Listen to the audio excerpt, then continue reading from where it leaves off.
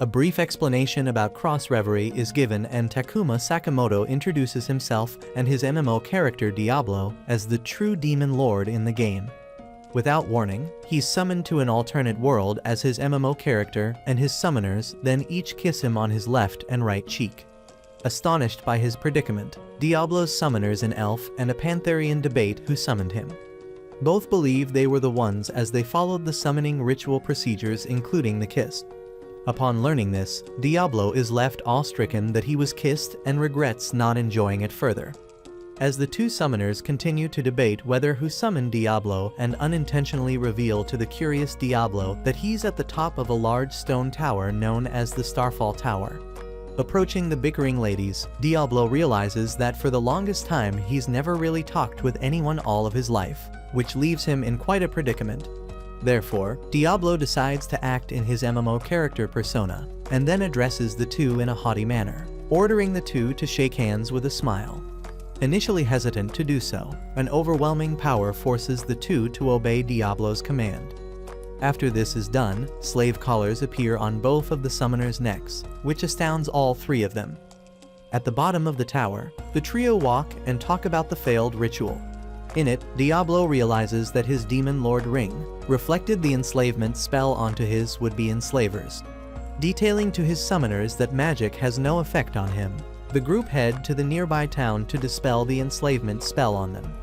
The elf realizing that she and her companion haven't introduced themselves to Diablo, she introduces herself as Shira L. Greenwood, an aspiring adventurer. Her companion, the Pantherian, introduces herself as Rem Galu, and she seeks to improve her skills as an adventurer. Being labeled as a rare summon creature, Diablo denotes that statement, and not wanting to reveal himself as a shut-in, he proclaims that he's a Demon Lord. Hearing this impresses Shira that she managed to summon a Demon Lord, which annoys Rem, sparking another argument between the two. This is stopped by Diablo, who snaps at the two, and they then continue forth to the city. Reaching their destination of Faltra City, they check in at the Peace of Mind Inn where they're greeted by the bubbly innkeeper May. Nauseous over being in what he considers a large crowd, Diablo is further shocked that Shira wants to register a room that's shared with Diablo. The reason behind this is due to the lack of funding they have, and Rem chimes in insisting that Diablo stay in her room as she was the one who summoned him. An argument sparks between the two and they're stopped by May, who threatens to throw them out. It's then revealed that the three of them will share a room with a single bed. Contemplating his predicament over the use of a single bed, a woman acquainted with Rem named Celestine Baudelaire and her two followers enter the room. Diablo recalls the name and Shira states that Celestine is the head of the Mages Association. Remembering Celestine's, or Seals as she wishes to be called, is a prominent figure in the Cross Reverie game, as the one who maintains the barrier in the city. Seal's initial motive was to talk with Rem. However, seeing the slave collars on Rem and Shira's necks along with Diablo being there, she states her curiosity about their situation. That night at the inn's cafeteria, Seals is brought up to date with everything involving the failed enslavement ritual. She's also informed that Diablo is unable to dispel the enslavement cast on them. After Seals realizes she'll have to research from scratch about a way to dispel the slave collars around Shira and Rem's neck. Diablo asks in an authoritarian manner about her business with them, which causes a rebuke from one of her followers named Galuk. Although internally Diablo is frightened by Galuk, he gives a menacing retort that irks him and is also reproved by his superior Seals. The subject then changes to a brief conversation between Seals and Rem, who declines having more bodyguards be assigned to her despite Seals' well-meant intentions. With that settled with, Seals' party leave for the night and Diablo asks Rem about her relationship with Seals. Rem refuses to speak about it, and Diablo has an epiphany that Rem's secret is related to an important main story event that's best to learn about it beforehand to avoid a preventable disaster in the future. Grabbing Rem and placing her on his shoulder, Diablo takes her back to their room to torture her. Back in their room, Diablo tortures Rem in a light and innocent manner until she finally confesses her secret to him. Rem reveals that she has the Demon Lord Krebscombe sealed within her body, and Diablo recalls the Demon Lord as the strongest boss in the game, stating that she wishes to release and extinguish Krebscombe's soul from her body. Diablo then details doing that would kill Rem in the process. Furthermore, he deduces that Rem's relationship with Seals is because of this goal of hers, and that Seals is the only one privy to Rem's predicament. The sealing of the Demon Lord is also hereditary, as Rem's mother had Krebskalm sealed in her body before she died. Fully aware of Rem's predicament, Diablo vows to help Rem, which gets her emotional as Diablo won't leave her because of her condition. Afterward, Diablo goes on an excursion around the town while reflecting on how he's done everything all by his lonesome due to his nature. Eventually, he's approached by Galuk and his colleagues from the Mages Association. This leads into an altercation between Diablo and Galuk, who summons a level 30 salamander. While Galuk boasts and threatens Diablo about his summon, Diablo notes that while impressive, its level is way too weak. The salamander then belches a blaze of fire at Diablo, who walks out of it unscathed. Panic-stricken, Galuk orders his summon to incinerate Diablo, and the salamander fires a massive flamethrower-like attack from its mouth. However, the attack still has no effect on the level 150 Diablo. Equipping his wand, Diablo then casts Explosion that eviscerates the salamander. Approaching the confuddled Galuk, who demands to know who Diablo is, Diablo answers that he's a Diablo, a demon lord from another world. Awakening in the peace of mind Diablo realizes that his experiences from the previous day weren't a dream. Diablo then puts himself into an awkward situation in bed with the two ladies. Later that day, while walking in the streets, Diablo notes the various races that appear in the world. It's detailed by Diablo that where they're walking there are no humans around, to which Rem answers the district they're walking in is for demi-humans only. Internally, Diablo notes the race disparity between humans and demi-humans, and then asks if levels are the main concept of strength in the world. Shira confirms it, but has yet to learn her level, and Rem claims that she's a level 40 summoner. The place where they're heading to currently, the Adventurers Guild, should be able to discern Shira's level once she registers there. At the Adventurers Guild, a fight between two beastmen occurs, and the overall atmosphere of the place has Diablo nervous. Wasting no time, the trio head to the second floor to register themselves as adventurers. Unable to read, Diablo has Shira register him, but states it as he loathes tedious and trivial work, and Shira enjoys the fact as it reinforces that she's his true master. Things, however, get more complicated when a blood seal is needed as the final process. Although he's anxious to do this, Diablo puts on a brave face, and what he considers gives himself a tiny cut on his thumb. On the other hand, his tiny cut turns out to be deeper than he anticipated.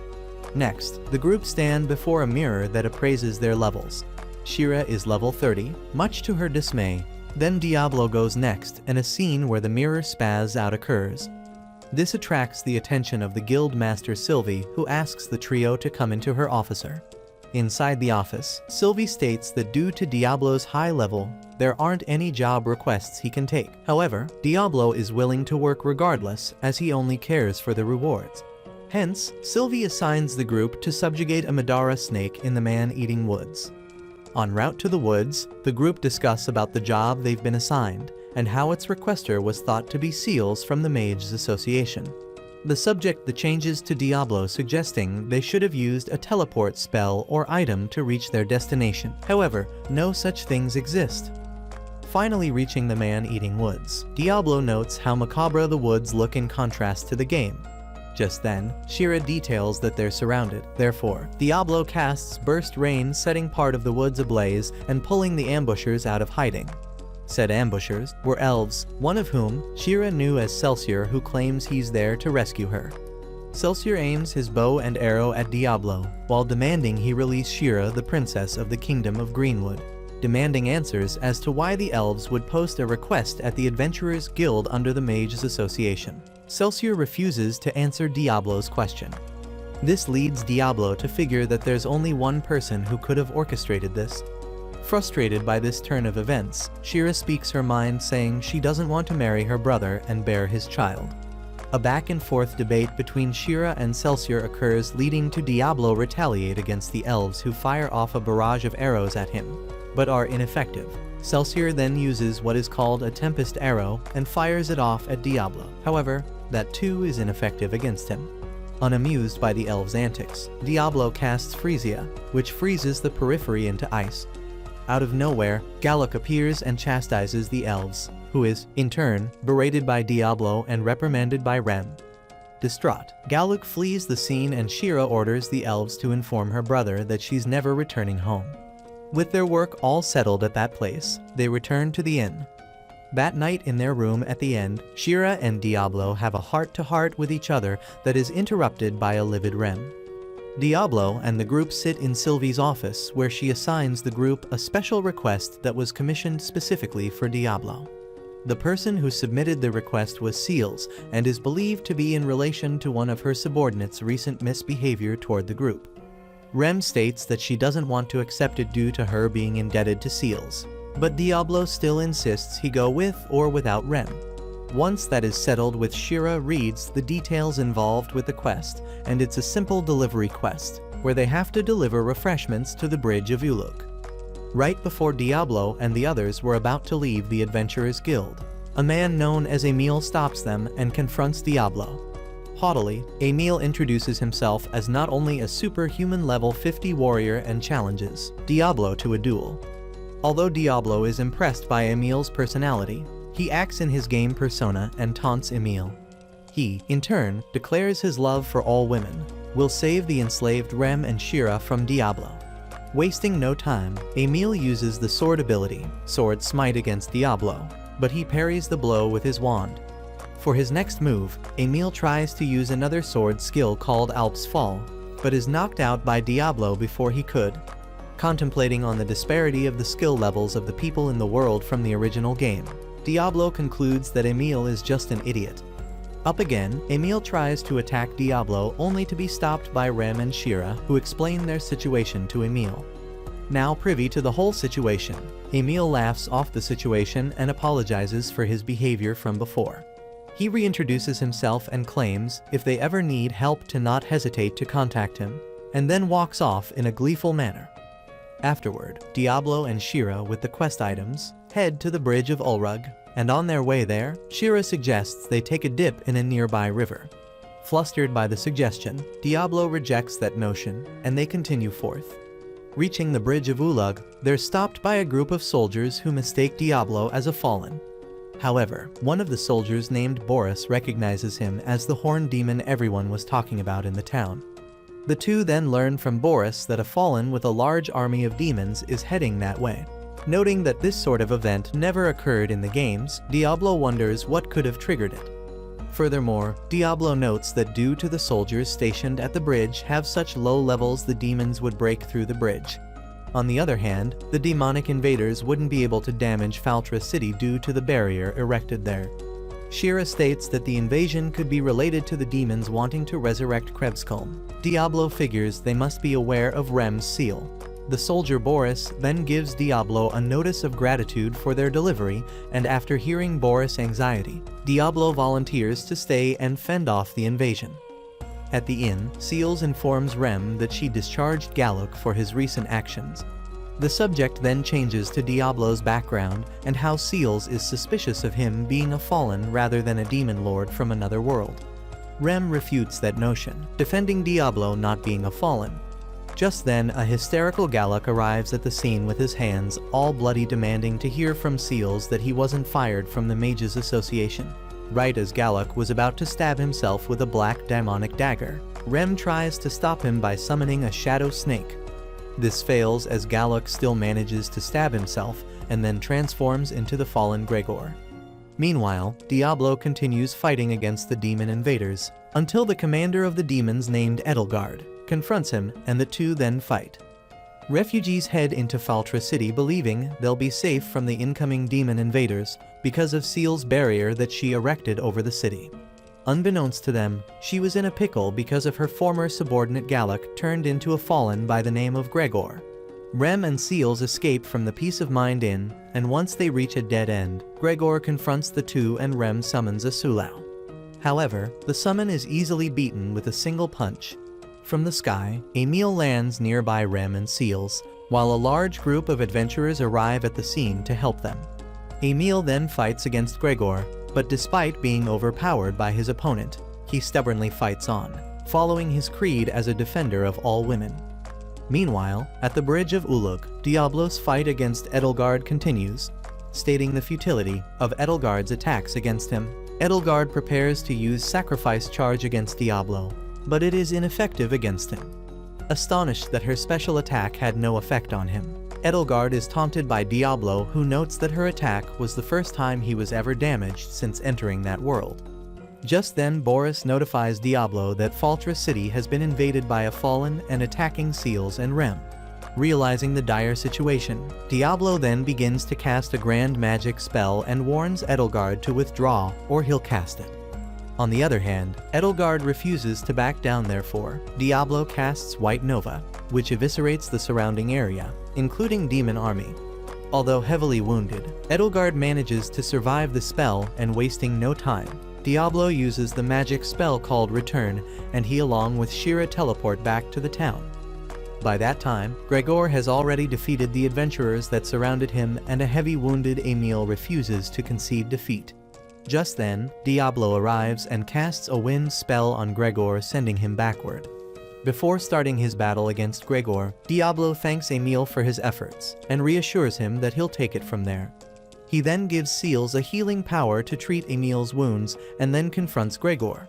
Starting the fight off, Gregor casts Dark Bullet, but the spell is instantly reflected back at Gregor by Diablo's ring. Diablo then uses his own Dark Bullet spell that breaks off most of Gregor's protective skin. In retaliation, Gregor uses Dark Press. However, that move is reflected back onto Gregor, and Diablo then casts multiple Dark Press of his own. The gravitational force to the attack pins Gregor to the ground, who then begs for mercy, but Diablo shows none. He then finishes Gregor off with a magic spell Naraku. The fight now over, Shira tearfully embraces Diablo, and Rem grabs Diablo's hand and thanks him for saving her. Trying to act in character, Diablo proclaims the only reason why he helped Rem was because she belongs to him due to the slave collar around her neck. Eventually, the death toll of the attack on the city is released, and the majority of lives lost were adventurers. 10 days later, after the attack on the city, Diablo rests on his bed and is nearly courted by Shira, who is sequentially stopped by Rem with a drop kick. This causes the two to latch onto Diablo's arms until Sylvie arrives in their room. She informs the group that the Lord of the City was given a non-negotiable ultimatum to hand over Shira within 10 days, or else a war would be waged. Hence, the Lord of the City and Sylvie request Diablo to prevent the war from occurring. Shocked that the Kingdom of Greenwood is going to wage war over her, Shira is informed by Sylvie it's the truth. She then asks Diablo if he'll accept the quest given by her and the City Lord to prevent the war from happening. Internally, Diablo wants to refuse the quest due to the nature of said quest. Sylvie then details that Shira's brother Kira put a huge bounty on Shira's head. Hearing this shocks Diablo so much that he becomes livid and decides to accept the quest and meet with the Lord of the City. The trio are then led by Sylvie to the Lord's manor and are disclosed what information Sylvie has on said Lord. Arriving at the manor, the group is introduced to the Lord of the City, Chester Ray Galford. As cold and curt like the rumors that surround him, Sylvie manages to have Galford introduce himself to the group, and, in turn, Shira and Rem introduce themselves too. Although disconcerted, Diablo manages to introduce himself to Galford and details his desire for more information on the request that Galford submitted. Elated that he successfully spoke without hesitation, Galford mentions the report of Diablo being a demon lord from another world. Retorting that question, Diablo speaks in character, which flusters the group. But Galford takes no offense to the comment and further elaborates about his request. Galford then claims the situation at hand could easily be resolved by Shira merely surrendering herself to the Kingdom of Greenwood. But Diablo refuses to allow that. When Galford asks what reason Shira would have for abandoning her lavish lifestyle in the Kingdom of Greenwood, she answers that her goals and desires would never be achieved there. To that statement, Diablo opines how being free is an arduous thing to achieve. However, it is a worthy goal so long as you don't stray from your own path. Once those matters are settled with, Galford introduces an Imperial Knight from the capital, a woman by the name of Alicia Cristella. The Imperial Knight is then introduced to everyone, and once she's acquainted with them all, Alicia hands Sylvie a bag of money that was reparations from the capital. Alicia then has a bonding moment with Shira, claiming she supports Shira's decision. Although Diablo is envious of Alicia's communicative skills, she claims her respect toward Diablo for protecting the bridge of Ulug and Faltra City from the Fallen. Flustered by Alicia's compliments, Diablo thanks her, but in character demands that she never speak so frivolously with him. Understanding Diablo's demand, Alicia swears to follow it. Back in the streets of the city, the group head to a weaponsmith. Diablo's intentions are to get a weapon that'll make it easy for him to handle weaker opponents. They do so, and Diablo purchases a scythe for himself. Right as they were going to head to an apothecary to buy potions at, the group is ambushed by bounty hunters who kidnap Shira. They're all dealt with by Diablo, Alicia, and Emil, who appears at the end. That afternoon, Emil explains that he learned from the Adventurers Guild about the bounty placed on Shira's head by her brother. When asked what are his plans with the group of bounty hunters, Emil answers that he intends to beat some sense into the group for disrespecting women. Emil now out of the picture, which leads to Diablo having a brief moment with Shira over her well-being now that she's a target for bounty hunters. Rem also wedges herself into said moment, and Alicia apologizes for her incompetence over the entire fiasco. On the other hand, Diablo orders her to be more self-compassionate with herself, and Alicia agrees in a fervent manner, which is the opposite of which that Diablo intended for her to feel. The sounds of someone's stomach growling is heard, and surprisingly it isn't Shira's, but Alicia's, so the group head off to get some food while debating on what they want to eat. In the peace of mind in cafeteria, Seals visits Diablo's party to inform them that she's found someone who could remove the slave collars off Rem and Shira's. The person in question is a slave merchant who set up their caravan in the market recently. Alicia chimes in, noting the importance of their mission at hand involving the Kingdom of Greenwood. However, Diablo decides that resolving the matter with the slave collars won't hinder their progress with the Kingdom of Greenwood. Afterward, the group at the slave market, where Diablo is a tad surprised by the slaves' treatment there. The owner of the establishment, Medios, greets the group and at first believes that Diablo is trying to sell off one of his slaves. This earns Medios a sharp retort from Diablo, whose magical energy starts to exude out of his body, to which Medios notices. Shira also details that she can see Diablo's magical power as well, which shocks Rem and Alicia. Eventually, Medios reads the letter written by Seals about Rem and Shira's situation and agrees to help them. Medios also notices the magical flow coming from Rem and inquires if she got pregnant from a demon. A scene between Rem and Shira occurs, and Medios then details that the energy could be from a fallen. Diablo cuts in and demands that they learn how to remove the slave collars from Shira and Rem's necks. Not feeling well, Rem decides to wait outside and is joined by Alicia, and they have a heart-to-heart with each other. Back inside the caravan, Diablo learns how to remove the slave collar through magical flow and physical contact. Astoundingly, Diablo makes incredible progress so briskly. That night it's learned that Diablo quit just as they were about to finish the ritual. The reason behind this is due to how intricate and potent the magical behind the slave collar is. Immediately as Alicia was going to retire to her personal room at the inn, the sound of a flute could be heard, and from outside their room stands a young-looking male elf. Said elf was Shira's older brother Kira, who cordially introduces himself to the group. Furious at the man, Diablo confronts Kira, noting how he put a bounty on Shira's head, and he confirms it. Kira then states that he was informed of a group of bounty hunters' failure to capture his sister. Apprehensive with Kira, Diablo openly states he has no intention of handing over Shira to him, but Kira merely states that he's glad to see his sister in good health. Furthermore, he relays the blame for the bounty being placed and the threats of war on his father.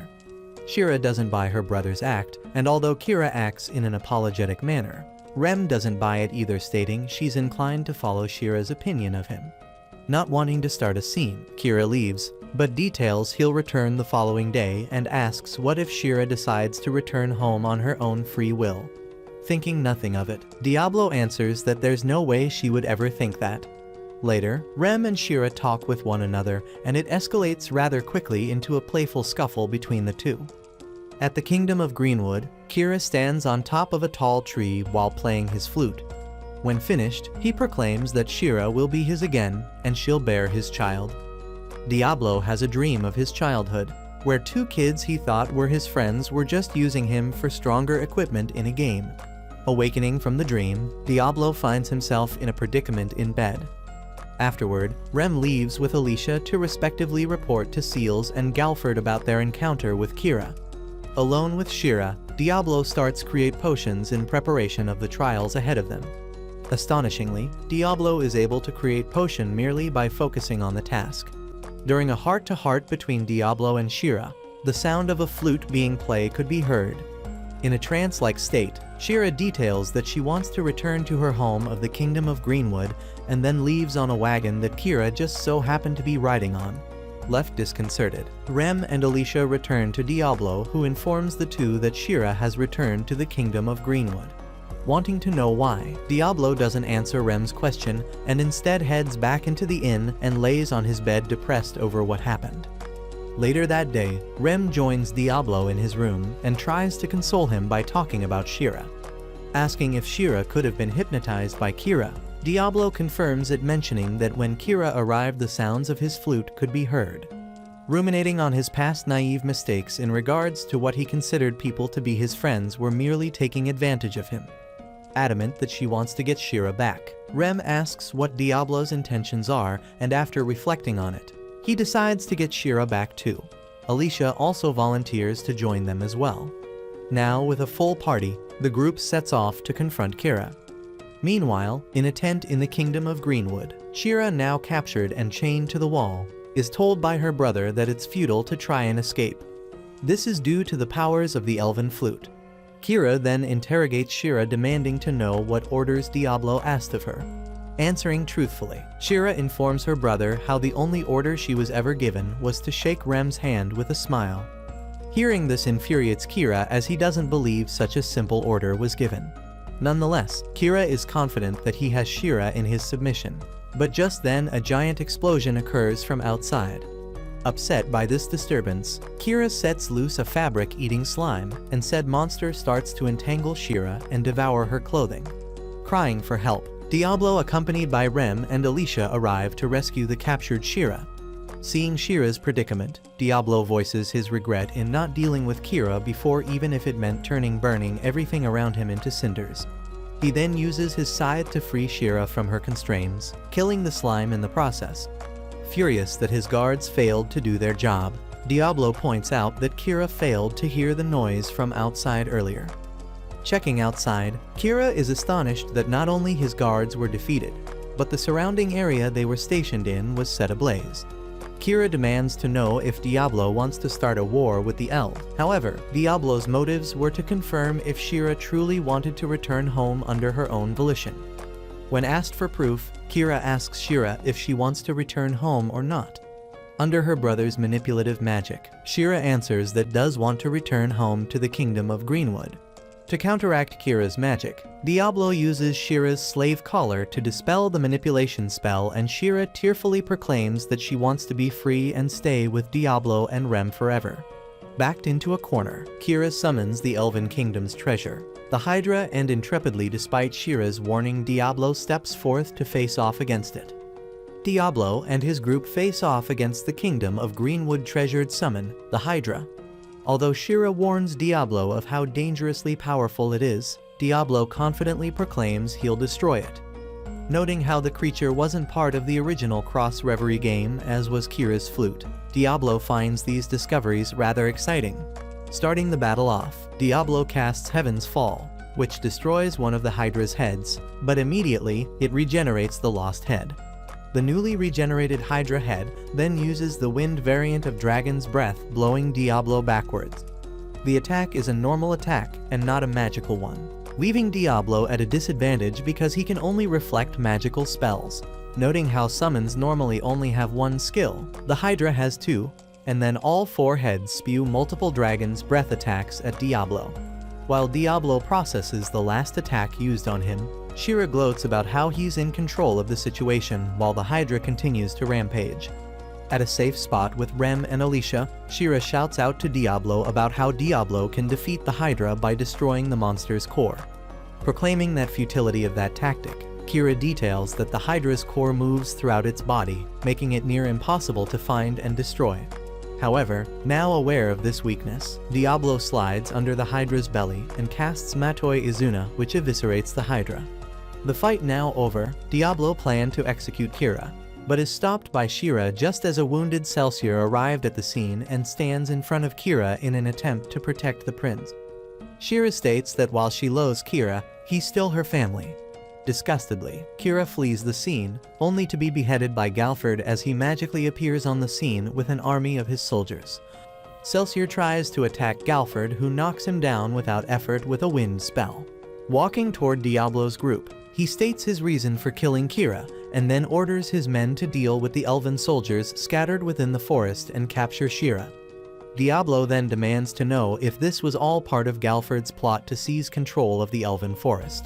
Galford refuses to answer and entraps Diablo in a sphere-shaped grid that's a magical spell designed to capture monsters. Intervening, Alicia tries to reason with Galford as the elven forces have in a sense surrendered.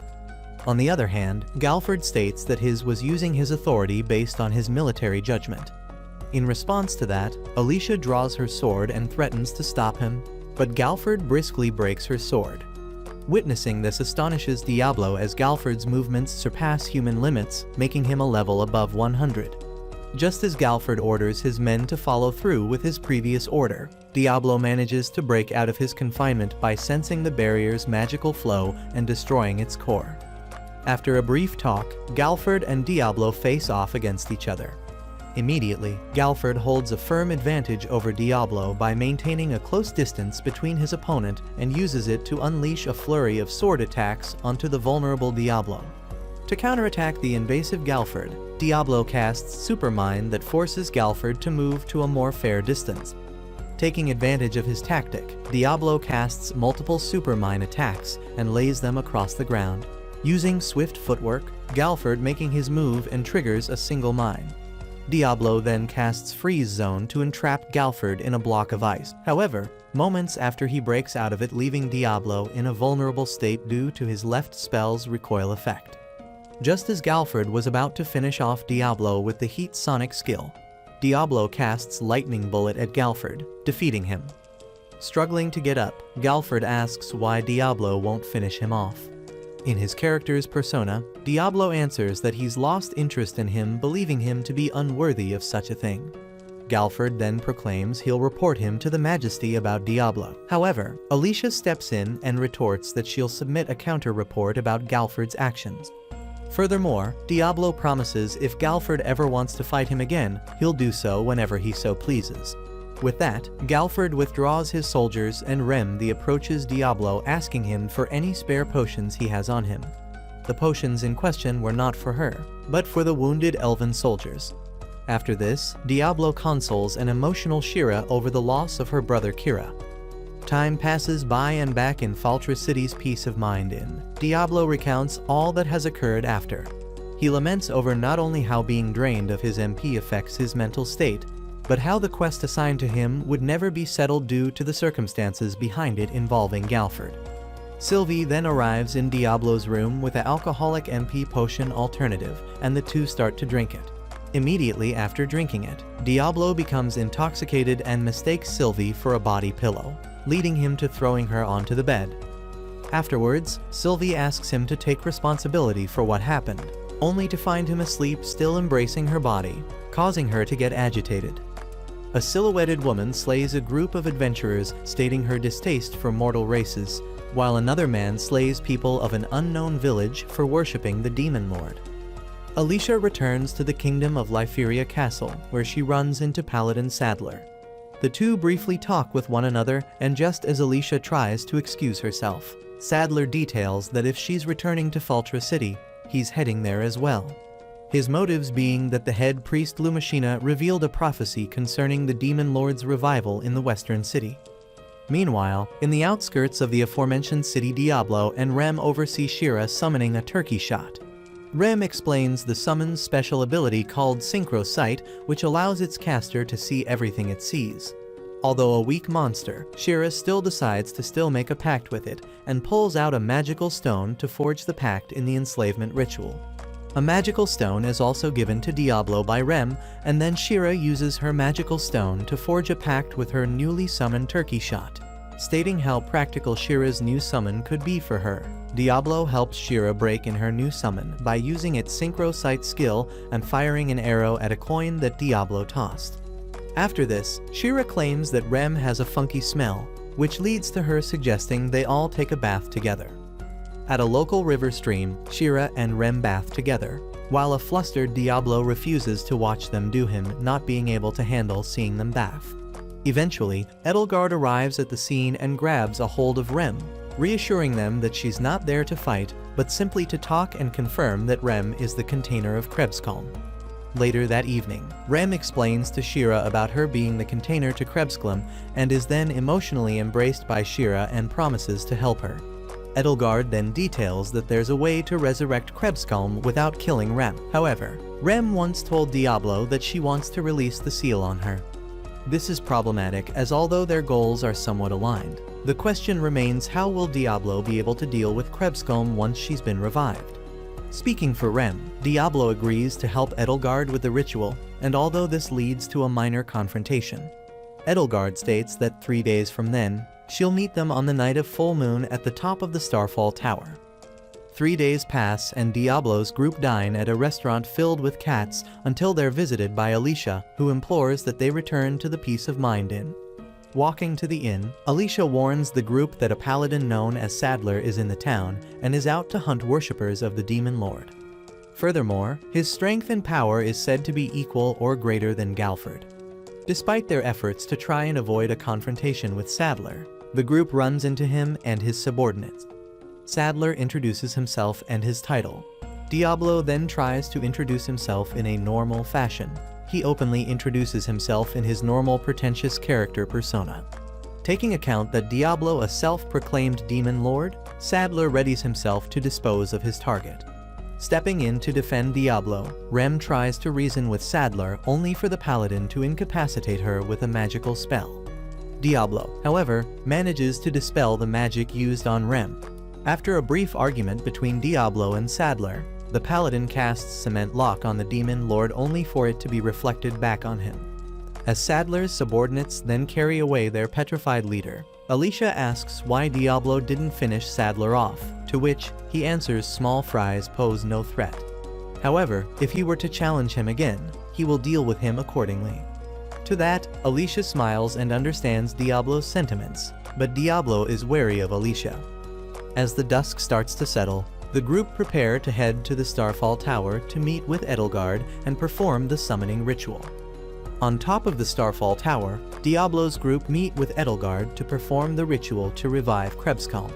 How Krebskalm will be revived is by her laying on top of a stone table, as magic power will be filled into Krebskalm's soul. Not hesitant to any risks that may occur in the ritual process, Rem calmly states that she's ready to start the ritual. Wasting no time, Diablo starts to pour his magical power into Rem from her belly button. But this attempt fails to reach Krebskalm. Therefore, Edelgard suggests that Diablo do it via Rem's private area, and this time Diablo manages to reach Krebskalm's seal and break it, sequentially releasing the Demon Lord. As the smoke starts to dissipate from the area, Krebskalm ostentatiously appears and introduces herself. Diablo in character also introduces himself and proclaims his will to fight and defeat Krebskalm. Amused by the proclamation, Krebskalm powers up and threatens to dispose of Diablo, only to become perplexed on how to do so in a Demon Lord manner. Alluding that Krebskalm has amnesia and taking to account for her adolescent demeanor, Rem and Shira manage to convince Krebskalm to not kill mortals anymore. Astounded by this turn of events, Alicia tries to reason with Krebskalm to denounce her agreement to never kill mortals any longer and for Edelgard to back her up. However, Krebskalm still refuses due to it not being able to fill her stomach, and Edelgard is obsequious to Krebskalm's whims. Now hungry, Shira gives Krebskalm the biscuits she had on her, and Krebskalm instantly becomes addicted to them. Krebskalm then claims she remembers her destiny, which is to devour all of the world's biscuits. Afterward, the group head back to the city, while Diablo carries the languid Rem. From above, the fallen Eulerex appears before the group and introduces himself as one whom has served the Demon Lords for generations. He offers to sacrifice Diablo and company as a celebratory means for an auspicious occasion. However, Krebsglum refuses Ulrichs in doing that, as she wouldn't be able to eat any biscuits because of it. Perplexed and upset that the newly revived Demon Lord refuses to follow through her mission to dispose of all mortals, Ulrichs tries to attack what he calls the incomplete Krebsglum. However, Edelgard stops him, leading into a scuffle between the two, and Diablo intervenes to rescue Edelgard before she's killed. Diablo then faces off against Ulrichs, casting spells like Flare Burst and Supermine against Ulrichs, but both attacks do not damage the Fallen. Ulrichs then casts Quartz Lance, but Diablo reflects the spell back onto Ulrichs. Shocked that Diablo has the same ability as the Demon Lord of Mind and Kveros, Ulrichs uses his sonic speed to try and kill Krebsglum once again, only to be hit with Diablo's lightning bullet. Unable to beat Diablo and comprehend his proclamation of being the true Demon Lord, Ulrichs transforms into an owl and flees the scene. Once again, Alicia questions whether or not allowing his opponent to escape was a wise decision. However, Diablo again brushes it off. In truth, he wanted to avoid creating a dangerous predicament for the group and suggests they move onward back to the city. Edelgard, kneeling before Krebsglum, states that she is unable to enter into the city and shall stay in the forest. To avoid Krebsglum's identity from being exposed, Shira suggests that her name be changed from Krebsglum to Clem. Back in their room at the Peace of Mind Inn, Clem and Shira both get in bed with Diablo in an attempt to help him recover his lost MP. Meanwhile, in Alicia's room, she reflects on her life, on her harsh and horrible upbringing, along with her orders from His Majesty of the Kingdom of Lyferia. Alicia then calmly states her resolve to follow the Demon Lord's creed to eliminate the mortal races. Elsewhere, Sadler is shown to be free from his petrification.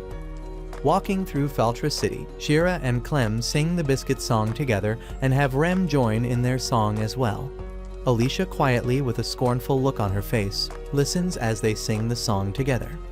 Later at a cafe, Diablo meets with Seals, and the two talk about Clem, who sits with Rem, Shira, and Alicia at another table. Seals states that she's happy that Clem is as innocent as she is, but will keep an eye on her regardless. After this, Diablo and Shira talk about how understanding Seals was toward Clem, but then realize that her, Rem, and Alicia have separated from them. The two find out that they're not in their room at the Peace of Mind Inn, therefore Diablo has Shira wait there until he finds them. Meanwhile, down a dark and narrow alley, Alicia holds Clem by her wrist and Rem states her curiosity as to where Alicia is leading them to. Alicia reveals her true nature and intentions to have Clem regain her memories for her to become the Demon Lord Krebsglum. It's also revealed that Alicia was the one who convinced Gallic to sacrifice himself to summon Gregor into the city. The group is then confronted by Sadler and his subordinates, and Alicia puts on an act that implicates Rem and Clem as Demon Lord worshippers. In retaliation, Rem summons Asulau, but Sadler's subordinates restrain it and Sadler finishes Asulau off. Rem then tries and attacks Sadler. However, he uses his magic to restrain her. As Rem fades out of consciousness, Alicia whispers into her ear that she needs hatred. Elsewhere, Diablo continues his search for Rem, Clem, and Alicia and believes the paladin to be the one responsible for all of them being missing. Eventually, Rem awakens in an iron cage along with Clem that is loaded onto a wagon heading for an unknown location. Clem and Rem then have a heart-to-heart with each other of how Rem and her mother suffered because of Clem's existence. Also, they talk about Rem's ambivalent feelings toward Clem. Soon, the wagon stops nearby a church where Sadler will save Rem and Clem. Inside of the church is an assortment of torture weapons, and Rem openly proclaims her refusal to admit that she's a Demon Lord worshipper. Contrary to that statement, Sadler still believes Rem is a Demon Lord worshipper. With Rem restrained, Sadler announces his intentions to purify Rem by slicing off her ears and tail. Rem then tries to plead for help from Alicia. However, she refuses and leaves Sadler to do his business. That night at the Adventurers Guild, Diablo tries to enlist the help of the guild members, but he does acts out of character, which puts him in a predicament. It was by the sudden appearance of a young beastman boy that notifies them all of an unnamed Pantherian and a young girl being taken hostage by a paladin. Demanding to know where the boy saw them last, he tells Diablo it was at a church. Diablo then thanks the boy and rushes off to the church. Emile and Sylvie brush it off. As Diablo heads to Rem and Clem's location, a swarm of fallen surround the city and Galford orders his men to notify Seals to strengthen the barrier around the town. Seals in question concentrates all of her power into the city's barrier. Back at the church, Sadler readies himself to purify Rem, but is attacked by Clem, whose identity as a fallen is revealed. Drawing his swords at Clem, he tries to attack her, but Rem protects Clem by embracing her and taking the sword blow onto her back. Just as Clem promises to deal with Sadler and his subordinates, Sadler stabs several swords into Rem's back. This causes Clem to expel a surge of energy from her body, and Rem then realizes what Alicia meant when she told her that she needs hatred. Now that Clem was fully awakened as Krebskolm, Sadler tries to kill her, but fails as his eyes gets mutilated by Clem herself, and she disintegrates Sadler with her flames, killing him and ending his sadistic plans, which the attack also kills his followers and destroys the church they were in, and the excess energy tries to penetrate the barrier. Diablo finally arrives at the scene, and is then joined by Shira, who managed to locate Rem's whereabouts with the help of her turkey shot.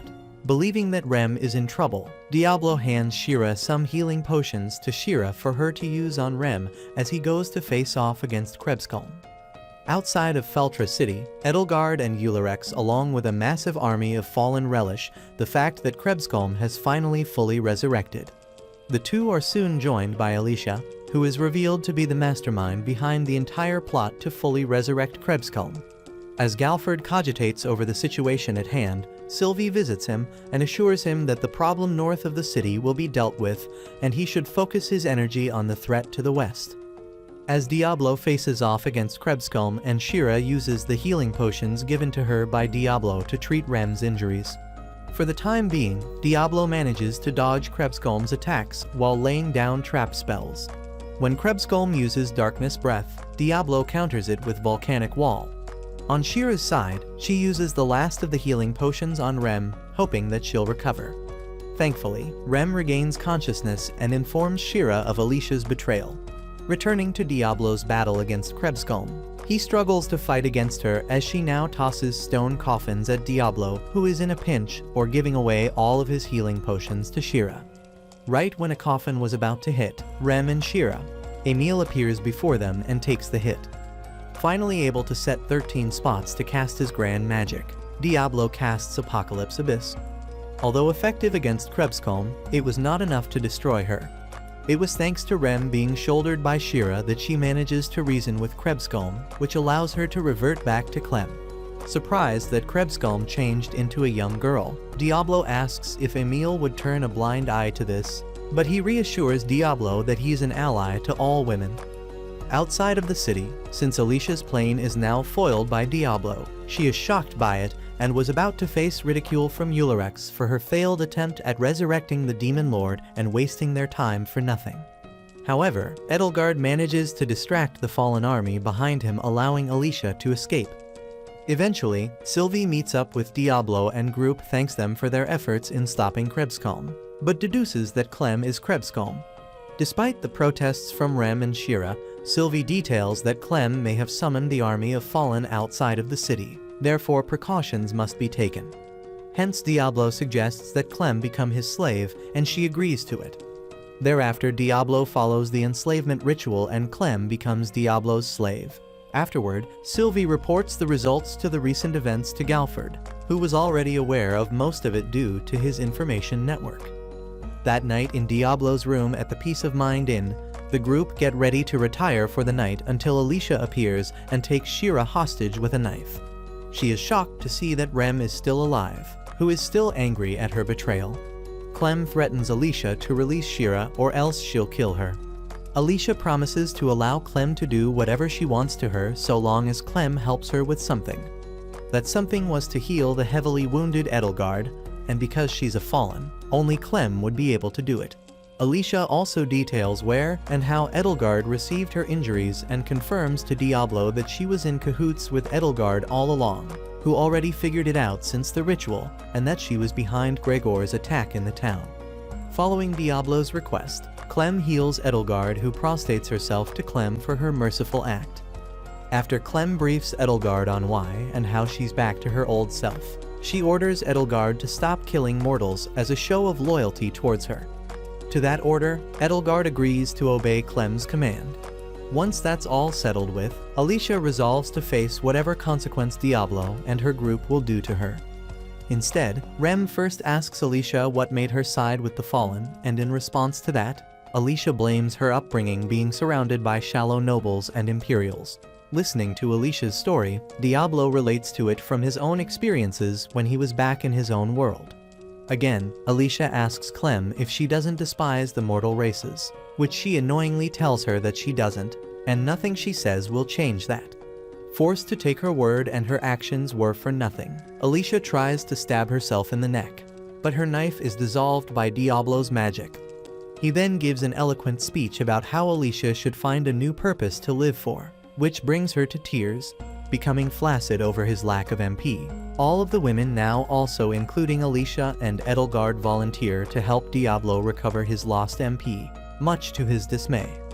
The following day, Diablo, Rem, and Shira see Alicia off, and later, the girls get into an argument over what food they'll eat for dinner. They soon choose to settle the argument by having Diablo kissing the one whose side he's on. However, he refuses to choose either choice as he's Demon Lord Diablo.